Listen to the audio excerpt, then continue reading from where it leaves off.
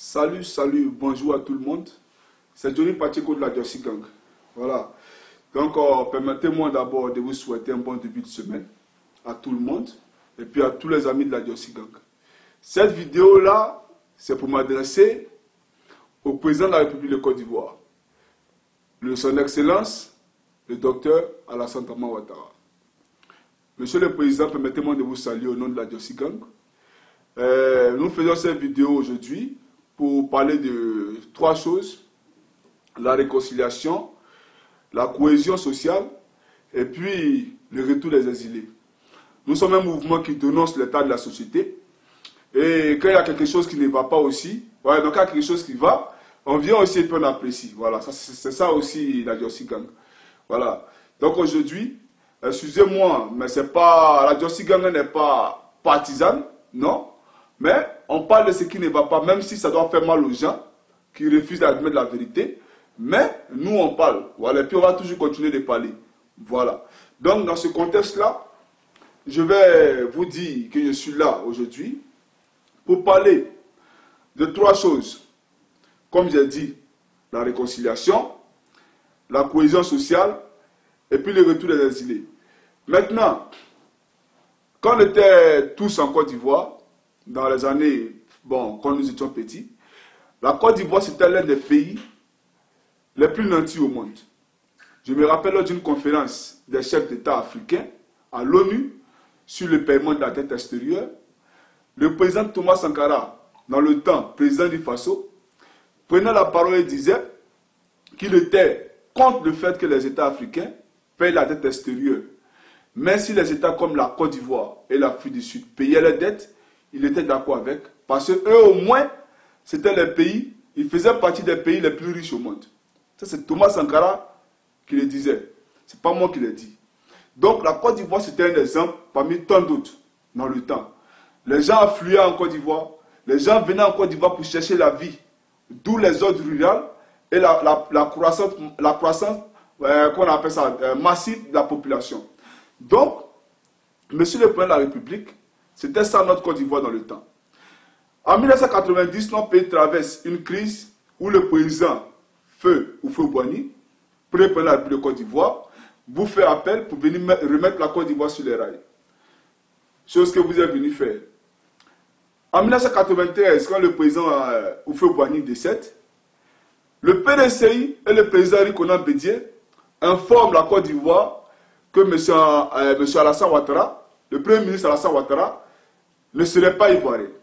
Ça, c'est le PDCI et Rikonan Bédié qui le disent, que le premier ministre Alassane Ouattara ne serait pas ivoirien.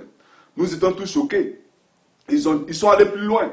Que votre père a été enterré à Saint-Dou. Ça, c'est eux qui ont dit. Le président Laurent Gbagbo, il ne vous connaissait pas. Gbagbo ne vous connaît pas dans ce temps-là. Gbagbo a appris au même titre que les autres ce qui s'est passé. Donc, moi, j'ai une question à vous poser. Parce que, excusez-moi de rentrer dans ces détails-là, mais il faut qu'on en parle. Parce que les gens ne veulent pas qu'on en parle, mais il faut qu'on en parle. En 2000, je crois, en 1995, il y avait un mandat d'arrêt international contre vous. Sous l'ère Bédié, vous étiez indésirable en Côte d'Ivoire. Bédié vous voulait pour vous mettre en prison. Bédié vous cherchez. Donc il a lancé un mandat d'arrêt contre vous. Vous ne pouviez pas venir en Côte d'Ivoire. Votre candidature a été rejetée par la Cour suprême pour nationalité douteuse, sous l'ère Bédié. Gbagbo vous a rejoint dans le boycott actif où il ne s'est pas présenté en 1995. Bédié a gagné en allant aux élections avec le candidat Francis Wodié du PIT. Voilà. Donc, je vais encore plus loin. En 1999, quand la junte militaire fait son coup d'État, le président Rikonan Bédié vous rejoint en exil. Il prend le pouvoir. Et plus tard, en 2000, il organise les élections où il va aux élections avec le président Laurent Gbagbo. Excusez-moi si je rappelle le président Laurent Gbagbo, mais vous convenez avec moi que même s'il n'est plus chef d'État, il a été chef d'État, donc on peut l'appeler Monsieur le Président Laurent Gbagbo, comme je l'ai fait pour le président Rikonan Bédié et pour le président Feu Robert Gueye. Voilà, donc ce n'est pas pour vous frustrer, Monsieur le Président. Donc il va aux élections avec le président Laurent Gbagbo. Et votre candidature est encore rejetée cette année-là, par la Cour suprême et la candidature d'Henri Konan Bédié rejetée parce qu'on disait qu'il n'avait pas duré sur le sol ivoirien, il était ailleurs. Et vous, elle a été rejetée pour le même motif, nationalité douteuse. Et je rappelle que le général Robert Gueye, Feu Robert Gueye, était le chef d'état-major sous l'air Oufo-Boigny. Il était le chef d'état-major de la Côte d'Ivoire. Donc, Gbagbo gagne les élections. Pour ceux qui disent qu'il n'a pas gagné, moi j'ai une question simple à poser. Si Johnny Pacheco fait une vidéo puis demande à la Djossi Gang de sortir dans les rues, sous prétexte qu'il est en train de défendre une cause noble, pensez-vous que la Djossi Gang va sortir si elle ne se reconnaît pas en moi? Est-ce que vous le pensez? J'ai dit non. Si la Djossi Gang se reconnaît en moi, la Djossi Gang va prendre les rues. Donc, les Ivoiriens qui sont sortis pour aller arracher le pouvoir aux militaires qui étaient très coriaces, qui tuaient les gens comme des robots qui ne réfléchissaient pas, ces Ivoiriens-là sont allés confronter ces militaires-là parce qu'ils avaient voté Laurent Gbagbo. S'ils n'avaient pas voté Laurent Gbagbo, et puis ils avaient voté Gueye, ils n'allaient pas sortir. Ça, c'est une réalité. Nous avons été tous témoins de ce que Boka Yapi a fait aux Ivoiriens en ce temps-là. Je vais encore plus loin. Laurent Gbagbo prend le pouvoir. Vous étiez en exil avec Bédié. Il organise un forum de réconciliation où il vous fait venir. Il fait venir Henri Konan Bédié. Vous êtes venu, vous avez brandi vos passeports. Votre mère était là. Vous avez montré votre maman aux Ivoiriens. Vous avez demandé au président Laurent Gbagbo de réviser votre nationalité. Parce qu'il y avait un problème sur votre nationalité sous l'ère Bédié. Chose que Gbagbo a promis de faire. Il vous a donné la nationalité. Après cela, vous avez demandé à Gbagbo de réviser votre statut pour que vous puissiez être éligible et vous présenter aux élections présidentielles. Chose qui a été faite, n'est-ce pas? Mais pourquoi c'est Gbagbo qui vous a fait tant de bien là? Pourquoi tout cet acharnement là sur Gbagbo et il se retrouve à la haie aujourd'hui? Et Henri Konan Bédié qui voulait vous tuer hier, c'est lui qui est aujourd'hui votre ami. Moi je ne comprends pas. Raison pour laquelle j'ai fait cette vidéo. Raison pour laquelle la Djossi Gang fait cette vidéo là. Est-ce que vous comprenez, monsieur le président? Maintenant, je vais aller un peu plus loin. En 2002, Gbagbo est en Italie pour rencontrer le pape. Un coup d'État surgit dans son dos. Il décide de rentrer au pays alors qu'on lui proposait un asile politique en France. Il a refusé, il est rentré dans son pays. Ses officiers supérieurs ont été tués. Dagouroula, Dario Obé, les Ivoiriens prenaient même pour rire. Le ministre de l'Intérieur, Boga Doudou, il a été tué chez lui à la maison. Le Marcelin Yassé, il a été tué. Mais ceux qui ont tué pour Marcelin Yassé, ceux qui ont tué tout cela, qui paye pour eux? Qui paye pour ces crimes? Moi, je ne suis pas contre le fait que Gbagbo se retrouve à la haie. Mais qu'il ne soit pas le seul à la haie. C'est ça qui est la vérité. Soro Guillaume, Thio Fosier, Ouattao, Zakaria et vous-même devez être à la haie. Parce que vous, peut-être que vous me direz que vous êtes sur l'immunité présidentielle. Vous ne pouvez pas être à la haie. Mais peut-être après votre mandat, vous pourriez aller vous expliquer à la haie aussi. Parce que c'est ça, la vérité. Aujourd'hui, vous me direz quoi? Parce que j'ai une question à vous poser. Lors du débat présidentiel avec le journaliste Brouaka Pascal et Laurent Gbagbo qui vous opposait à Laurent Gbagbo, Gbagbo vous a posé la question si vous étiez le père de la rébellion. Vous avez dit non.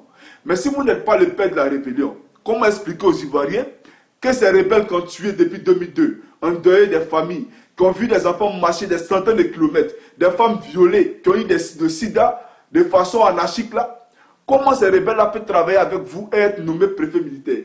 Ça, c'est une question, M. Ouattara. Si ces rebelles-là, vous n'êtes pas le père de la rébellion, parce que Kone Zakare l'a dit clairement dans un meeting à Daloa, que nous avons pris les armes à Kondala Sandrama Ouattara. Voilà. Donc, pourquoi ces rebelles-là, aujourd'hui, là, vous travaillez avec eux? Moi, je suis un peu désolé parce que, voilà, ça c'est mon point de vue que j'ai donné maintenant. En Côte d'Ivoire, la majorité des illettrés, des analphabètes, vient du Nord. Parce qu'ils préfèrent prendre les enfants pour les envoyer dans les écoles coraniques, aller mendier dans la rue, que de les envoyer à l'école. Raison pour laquelle vous avez réussi à les embobiner là pour leur faire croire qu'ils étaient délaissés, rejetés par l'autre moitié de la Côte d'Ivoire. Est-ce que vous comprenez? Donc, aujourd'hui, ce n'est pas pour jeter les douleurs, mais c'est une réalité. Donc, aujourd'hui là, vous gouvernez le pays, vous êtes à l'aise. Mais qui paye pour les crimes de 2002 jusqu'à aujourd'hui? Donc, retrouvez Laurent Gbagbo à la haie, ou bien Soro Guillaume commence et puis après vous le suivez. Ou bien vos chefs de guerre, ils commencent et puis après vous le suivez. Voilà. Pourquoi c'est que les pro-Gbagbo, comme vous les appelez, pourquoi c'est eux qui sont pourchassés? Pourquoi les Ivoiriens sont en exil? Vous êtes président de la République, vous savez que la Constitution n'est pas pour le fait qu'un Ivoirien soit en exil. C'est à cause de ça que dans le temps, le président Houphouët Boigny allait chercher Laurent Gbagbo dans son jet privé. C'est à cause de cette même constitution-là que Gbagbo vous a fait venir avec Henri Konan Bédié en 2000 sur le forum La Réconciliation Nationale. C'est à cause de la constitution. Mais pourquoi vous ne respectez pas cela? Pourquoi êtes-vous président et les Ivoiriens se prostituent au Ghana? Pourquoi? Alors que vous savez que dans le temps, les Ivoiriens étaient respectés comme un petit Français qui arrive en Côte d'Ivoire. Voilà, c'est comme ça on était respectés quand on partait dans la sous-région. Mais aujourd'hui, c'est du n'importe quoi. C'est pas normal. Vous êtes un président, votre cœur doit être pardon, votre cœur doit être amour. Parce que quand on est président, on est choisi par Dieu. Donc votre cœur doit être amour, tolérance et pardon. C'est tout. Gbagbo ne vous a rien fait. Gbagbo, là, c'est à cause de lui, vous êtes président aujourd'hui. Il pouvait s'asseoir pour dire, tant qu'il n'y a pas de désarmement, il n'y a pas d'élection. Voilà, il pouvait le faire. Mais il a fait tout ça là.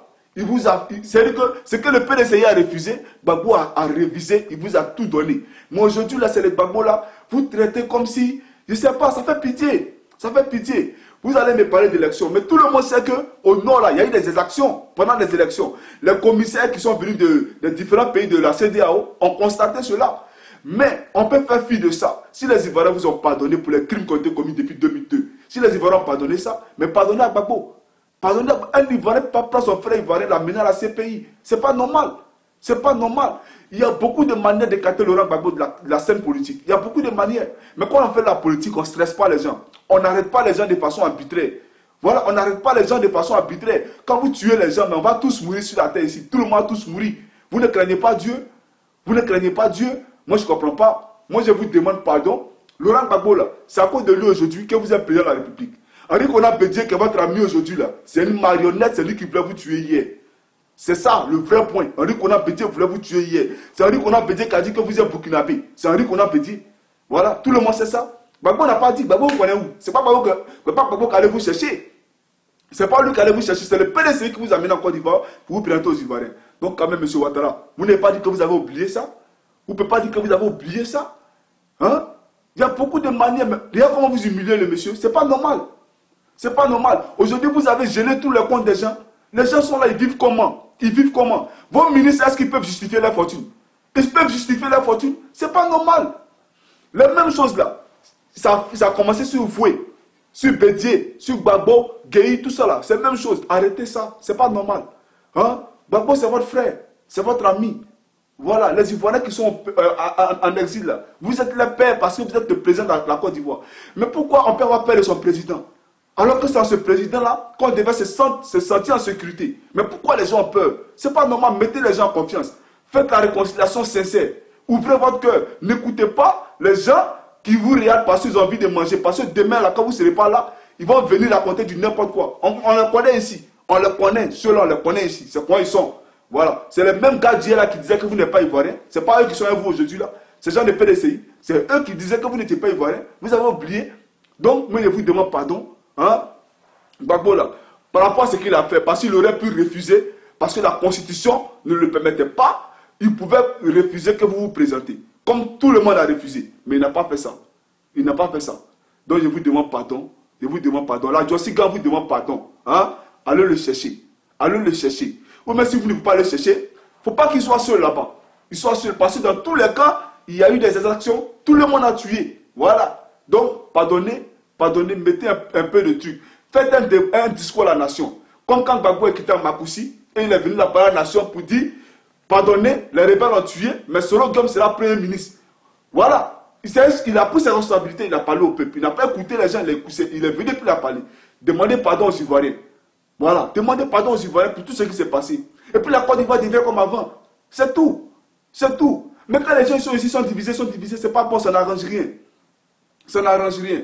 La Djossigan va continuer de parler chaque jour, monsieur le président. Chaque jour, on va continuer de parler. Pour que vous aussi, vous puissiez comprendre. Quand vous dormez, écoutez votre cœur. La nuit est pas de conseil. On n'est pas partisans. On n'est pas partisans. Mais nous, on parle. C'est une réalité. Ce qui est là, c'est ce qui est dit. Si ça vous a frustré, vous m'excusez. Mais c'est une réalité. C'est une réalité. Gbagbo, là, c'est lui qui a fait qu'aujourd'hui, vous êtes président. Même si vous refusez de l'admettre. Henri Konan Bédié, c'est un sorcier. C'est un sorcier, ce monsieur-là. Voilà. Et puis toi, Bédié, là, moi, je te dis, tu fais la honte de la Côte d'Ivoire. Je regrette de t'avoir connu. Je regrette de t'avoir eu comme président. Tu es un monsieur qui n'a même pas le... C'est-à-dire que tu ne mérites pas mon respect. Tu ne mérites pas mon respect, monsieur Henri Konan Bédié. Voilà, il ne peut pas te tutoyer. Voilà, tu ne mérites pas mon respect. Voilà, c'est une réalité. Tu fais honte, tu es lâche. Voilà, ça c'est une réalité aussi. Donc, monsieur Alassane Ouattara, nous vous demandons pardon. Allez chercher votre frère Laurent Gbagbo, ramenez-le au pays. Monsieur Rikona Bédié qui a vendu son pays là. Voilà, ça c'est... En tout cas, c'est le mot. Voilà, vous avez des immeubles en France, vous avez des trucs. Aujourd'hui, là, c'est pas quel argent vous cherchez. C'est pas vous qui avez dit qu'Alassane n'est pas ivoirien hier là. C'est pas vous qui avez dit, c'est pas vous qui a dit ça. C'est pas vous qui a dit. Regardez-moi un monsieur comme ça. Mais c'est pas grave. De toutes les façons, tout est dans la main de Dieu. Voilà. On va tous mourir sur la terre ici. Voilà. Mais moi, je préfère mourir pour la vérité et la justice. C'est ça qui est important. Dans les morts, c'était Johnny Pacheco de la Diossi Gang. On se srie. Ciao, ciao.